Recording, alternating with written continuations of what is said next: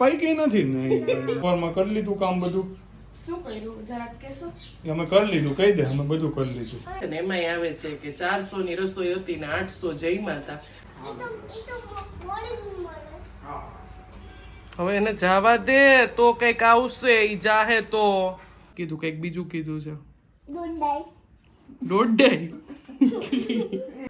જો જે 5 વાગ્યા છે અને મેઇન વસ્તુ એ છે કે સમય એના માટે કાઢવો પડે. ચાલો બધાને જય શ્રી કૃષ્ણ ને જય જલારામ. તો હવે આપણે રેડી થઈ ગયા છે ને આપણું ટિફિન રેડી થાય છે. આજે જોઈએ આપણા ટિફિનમાં આજે આપણને શું મળશે ઉનાળામાં. હે કેરી બતાવો? હવે હાલો, અમારા અંશુબેન આજે એમ કહી છે કે તમે કેરી બતાવો. તો હાલો પહેલાં એટલે આપણે પહેલાં કેરી બતાવી દઈએ કે અમે જો કઈ કેરી ખાય છે. ચાલો જો અમારે આ કેરી આવી ગઈ છે. હા તને બહુ ભાવે? હે પાકી નથી ને જલ્દી પાકી જાજો ભાઈ તું, મારા દીકરાને ભાવે એમ. હા પાકે પછી ખાવાની હોય ને.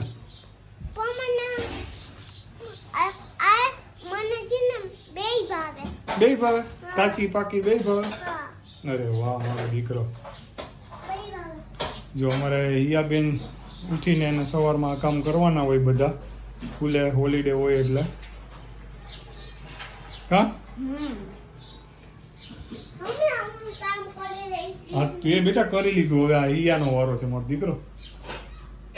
આપણે હિયાનો વારો હોય ને તે તો સવારમાં કરી લીધું કામ બધું. શું કર્યું જરાક કહેશો? અમે કરી લીધું, કહી દે અમે બધું કરી લીધું. હા પણ શું કર્યું એ તને ન કહેવાનું હોય અમારે. ચાલો તો હવે જો અમારે ટિફિન રેડી થાય છે. જય શ્રી કૃષ્ણ. જય શ્રી કૃષ્ણ, જય જલારામ. આજે ગુરુવારના બધાયને જય જલારામ. જો અમારે અહીંયા જલારામ બાપા છે. જો તમારે છે ને માનતા હોય ને તમે જે ભગવાનને, ઈ ભગવાનનો ફોટો રાખવો જોઈએ. અમે છે ને જલારામ બાપાને બહુ માનીએ. એટલે જલારામ બાપાના 40 આવે છે ને એમાંય આવે છે કે 400 ની રસોઈ હતી ને 800 જઈમાં હતા. એટલે આપણા ઘરે મહેમાન આવે કે ગમે તે કંઈક પ્રસંગ હોય તો કોઈ દી રસોઈ તમારી ખૂટે નહીં, બરાબર? એટલે અમે તો કિચનમાં રાખી, તમે જેને માનતા હોય એને રાખી શકો. હા, અન્નપૂર્ણા માતાજીને રાખી શકો. તમારે કોઈ પણ ભગવાન હોય જેને તમે માનતા એક રસોડામાં એક ભગવાનને રખાય એવું ને રાખવું જોઈએ. અમે તો કેટલા વર્ષથી રાખ્યો, જો ફોટો જૂનો થઈ ગયો છે. એટલે માનતા હોય ને તો રાખવાનું. અને કેવું ચાલે છે વેકેશન ઈ કેજો બધાય ખાસ. ક્રેવિંગ કેવું ચાલે છે? ક્રેવિંગ તો ઠીક. મને એક બેન નો અમે વિડીયો બનાવ્યો હતો ને એમાં મેસેજ આવ્યો કે બેન આંસી નું લઈ લે તું પેલા. હા બેટા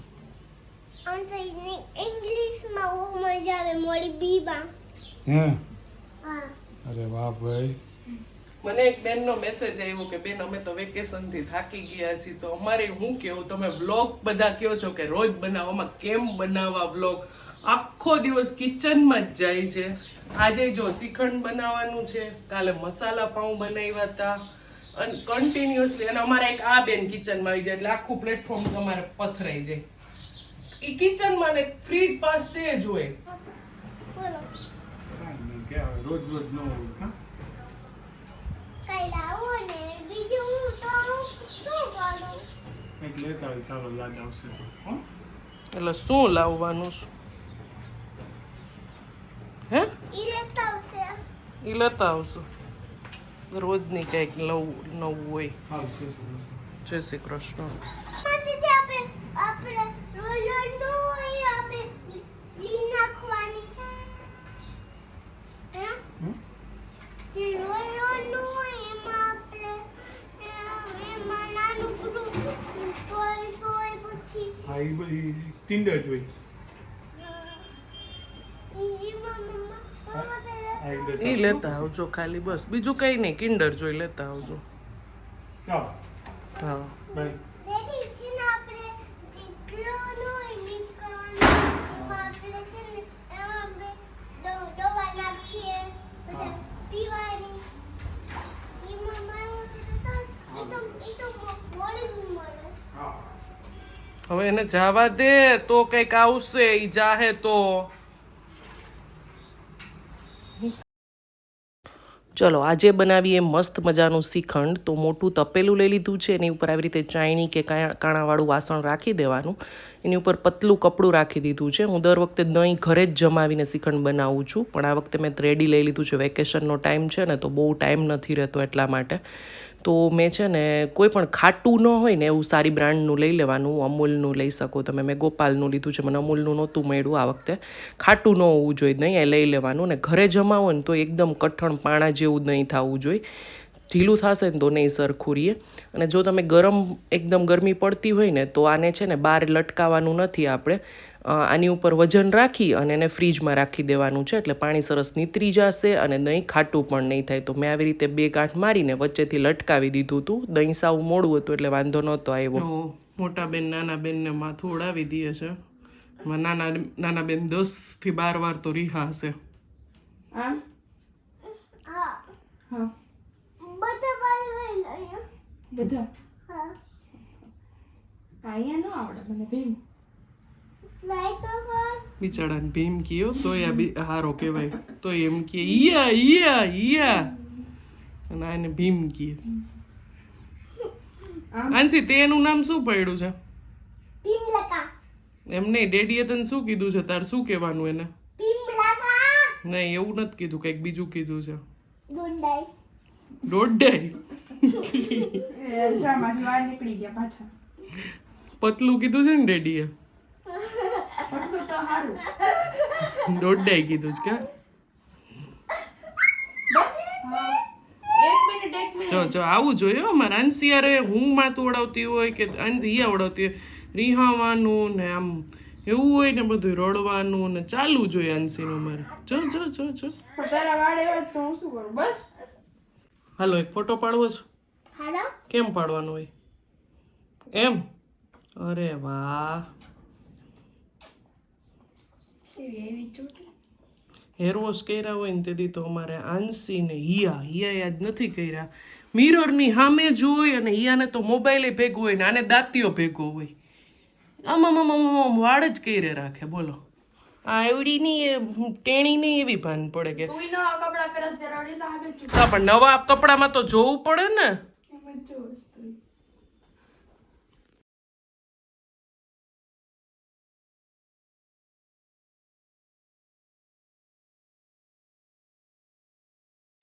જો હજી 5 વાગ્યા છે અને એક બેનને આ 3 જોઈ છે પીસ. અધિક મહિના સ્પેશિયલ પેલું કહેતા હોય ને કે ગિફ્ટ આપતા હોય ને એ રીતે. તો આ આપણે 750માં જ છે બાંધણીના 3 પીસ. હજી આની રીલે મૂકવાની બાકી છે. મને બેનને 3 પીસ જોતા હતા ને તો આ રીતનું ફોટા મોકલા હતા. પ્યોર કોટન આવશે આ. અને એક બેનને 6 કોડ સેટ જોઈ છે એક સાથે. એમાં તો અર્જન્ટ ડિલિવરી મારે અત્યારે કરવી પડશે. આ તો દીપક આવશે ને પછી થશે ને તો ચાલશે. અત્યારે મારે અર્જન્ટ ડિલિવરી કરવા જવી પડશે. એક આરે 6 છે જુઓ. 1 2 3 4 5 6 4 5 4XL 5XL ને 6XL 3. કપડાં સંકેલવાના લઈને બેઠી હતી ત્યાં અહીંયા ઓર્ડર આવી ગયા હતા. અર્જન્ટ છે ને પહેલાં તૈયાર કર્યા છે. ત્યાં મારા આંશીબેન ઉઠી ગયા છે.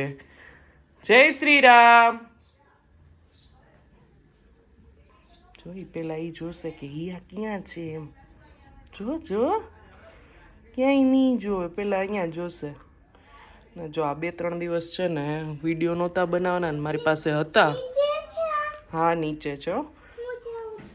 એક મિનિટ, માથું ઓળાવીને જવાનું છે, વોશરૂમ જવાનું છે, મોઢું પોઢું ધોઈને પછી જવાનું. એ પહેલાં નહીં જવાનું. ઓકે બેટા, તાલી દઈ દે મમ્માને. Very good. તો જો મારી પાસે વિડીયો હતા ને, અમે ગયા ને રિસોર્ટમાં, ત્યાં સોરી વોટર પાર્કમાં, તો બાલ્કની સાફ કરી, કાચ સાફ કર્યા, બાથરૂમ ઘસીને ધોયા, કેટલા કામ પતાવી દીધા છે. અને હા, એક છે ને રિક્વેસ્ટ આવે છે, કેટલા દિવસથી આવે છે એક રિક્વેસ્ટ કે છે ને તમે એડિટિંગ કરતા શીખવાડો. કારણ કે ઘણા બધાના વિડીયોઝ તમે લોકો જોતા હોય તો આમ ફાસ્ટ બધું જાતું હોય એમ. એટલે એ લોકોએ એનું કહેવાનો મતલબ એમ હતું કે તમારું લગભગ મને કેટલા ટાઈમથી આ રિક્વેસ્ટ આવે છે કે તમે એડિટિંગ બધાને કરતા શીખો. તો એડિટિંગ છે ને એવું છે કે હું એકવાર કદાચ શીખવાડું ને તો એમ ન આવડી જાય. એડિટિંગ કરવું ને એ છે ને એમાં થોડોક ટાઈમ લાગે. મેં આમાં કલાકો કાઢી છે. પહેલાં મને બહુ વાર લાગતી એડિટિંગ કરતાં, હવે એનો અડધો ટાઈમ નથી લાગતો. એટલે આમાં છે ને થોડીક ધીરજ જોઈ. એમાં તમારે મેઇન વસ્તુ એ છે કે સમય એના માટે કાઢવો પડે, ત્યારે તમે શીખી શકો એડિટિંગ. અને હું છે ને VN એપમાં કરું છું, 2 કેપિટલમાં લખેલું હોય છે V ને N, એમાં કરું છું. અને મારે છે ને અરાઉન્ડ 5 કલાક જેવો ટાઈમ થયો હતો આ દહીંમાંથી ટોટલ પાણી નીકળતા. મારે 4 કિલો જેટલું દહીં હતું. હવે જો આ પાણી નીતરી ગયું છે. હવે 2 ચમચા આ રીતે મિક્સરમાં લઈ લેવાના છે. જે ચાયણીમાં ચાળતા હોય ને, જે સ્મૂથ બનાવવા માટે, એ નથી કરવાનું. આવી રીતે 2 ચમચા લઈ આપણે મિક્સરમાં આને છે ને ચાલુ બંધ કરીને 3 થી 4 સેકન્ડ માટે આવી રીતે ચાલુ કરીને પછી બંધ કરી દેવાનું. એવી રીતે 2 વાર કે 3 વાર કરશો ને, વચ્ચે ચેક કરી લેવાનું 2 વાર કરીને. જો મોટી જાર હોય ને વધારે લીધું હોય 4 ચમચા જેટલું, તો ચેક વચ્ચે કરી લેવાનું. એટલે સાવ છે ને એકદમ સ્મૂથ ન થઈ જાય. જો આટલી આવી એકદમ પરફેક્ટ થઈ છે. એકદમ જે શ્રીખંડ કેવું હોય એ જ રીતનું ટેક્સચર આવ્યું છે. અને પેલું છે ને એ તમને હું બતાવું. એ છે ને સાવ આપણે કેમ માખણ આપણે રહેવા દીધું હોય ફ્રીજમાં થીક થવા માટે, એ રીતનું આવશે, એકદમ છૂટું.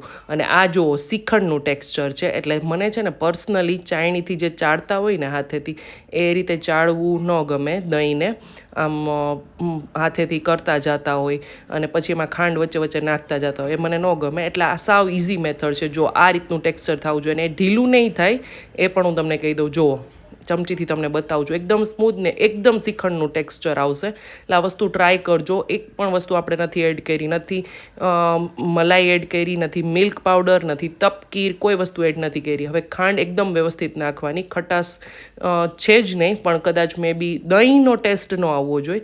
અને એલચીનો ભૂકો નાખી દીધો છે. હવે જો તમારે પાઇનેપલ શ્રીખંડ બનાવવું હોય તો પાઇનેપલનો પલ્પ અને પીસ બે નાખીને બનાવી શકો છો. મેંગો શ્રીખંડ બનાવી શકો છો. ચાલો તો ભાઈ વાગી ગયા છે 9. હું એ દુકાનેથી આવ્યો, દુકાનેથી આવીને કુરિયર કરે આવ્યો.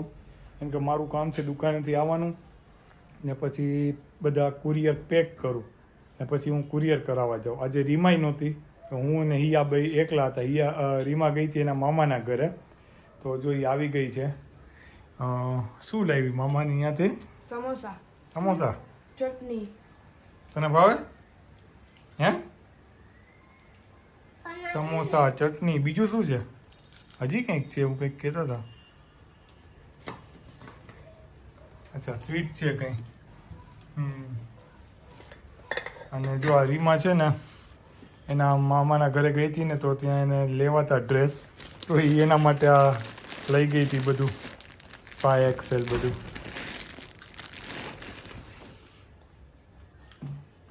શું બાકી રહ્યા? કેટલા ટાઈમ બચા છે અમે ફ્રેન્ડ્સ રેમાં. લ્યો, ચાલો તો જો રીમાએ આજે બનાવ્યું છે શ્રીખંડ ઘરે. કેવું છે રીમા? આપણા ઘરે ફ્રૂટ શ્રીખંડ જ હોય વધારે. ફ્રૂટ. એકદમ બહાર જેવું. તમે ચાખશો પછી ખબર પડશે. ના, મેં ચાખ્યું, મસ્ત છે. જો હવે બતાવું. જો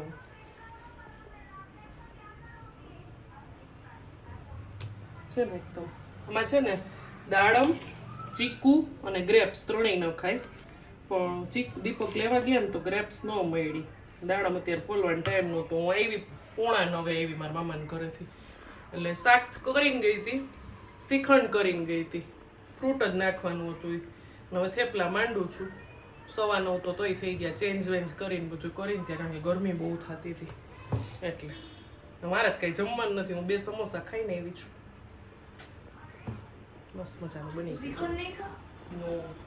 ચાલો તો જો અત્યારે જમવામાં છે બટેટાનું શાક ને થેપલા બનાવે છે રીમા.